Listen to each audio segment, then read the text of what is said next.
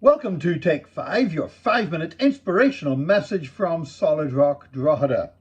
We're counting down to Christmas. It's coming up faster and faster. And as always, there's that building of expectation and excitement, particularly if you have young children in the house.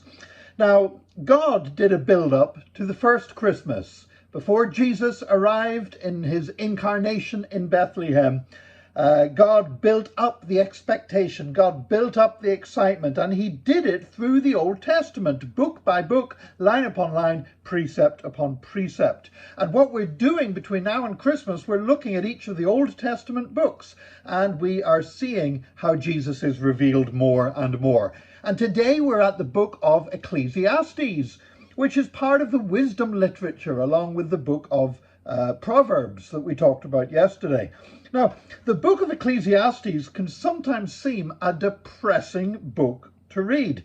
The author, who identifies himself as son of David, king in Jerusalem, so that would almost certainly be Solomon, has studied carefully. He's explored the world around him, but he seems to be none the happier as a result. Indeed, he says, "For with much wisdom comes much sorrow. The more knowledge, the more grief." That's in Ecclesiastes chapter 1, verse 18. Elsewhere, he says, "Vanity, vanity, all is vanity." Well, yes, it is if you stick solely in the Old Testament. But God never intended the Old Testament just to be forever on its own. God wanted there to be a fresh revelation through Jesus Christ.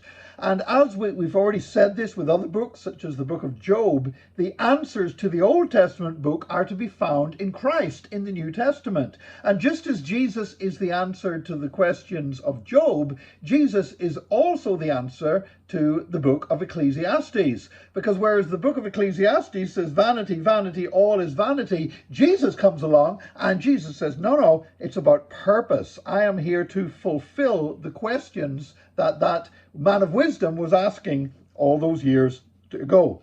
Now, one of the best known passages in the book of Ecclesiastes, and maybe in the Old Testament as a whole, is Ecclesiastes chapter 3, verses 1 to 8. It's often used in funerals, a time to live and a time to die, and so on. A time for everything, including a time to be born and a time to die. And this was actually used years ago as the lyrics of a song.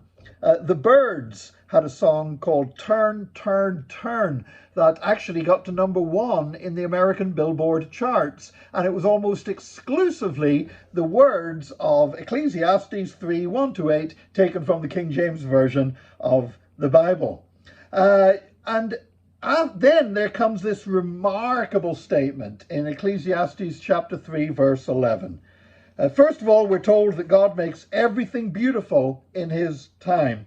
And then it says this: "God has set eternity in the hearts of men, yet they cannot fathom what God has done from beginning to end." And that beautiful little phrase where it says God has set eternity in the hearts of men is something that has been borne out again and again by missionaries. Wherever they go in the world, they find that every culture they go to has legends, has something going on, some belief that enables them to use it as a bridge to present Jesus to these people.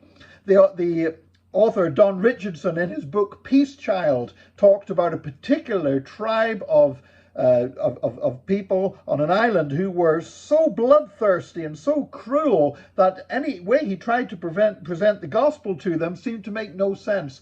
And then he discovered they had a tradition of a peace child, a child that would one day be born that would bring peace between the warring tribes. And by presenting Jesus as that peace child, he was able to end up leading those people to Christ. Why? Because God has set eternity in the hearts of men. And way before Jesus ever came in human flesh in Bethlehem, in the Old Testament, the book of Ecclesiastes had already outlined this truth by saying that God has set eternity in the hearts of men. That longing that can only be fulfilled by Jesus, because Jesus is the fulfillment of all the emptiness in Ecclesiastes when he comes with all his fullness. May you today walk in all the fullness of Christ, and join us again next time for another Take 5, your 5-minute inspirational message from Solid Rock Drogheda.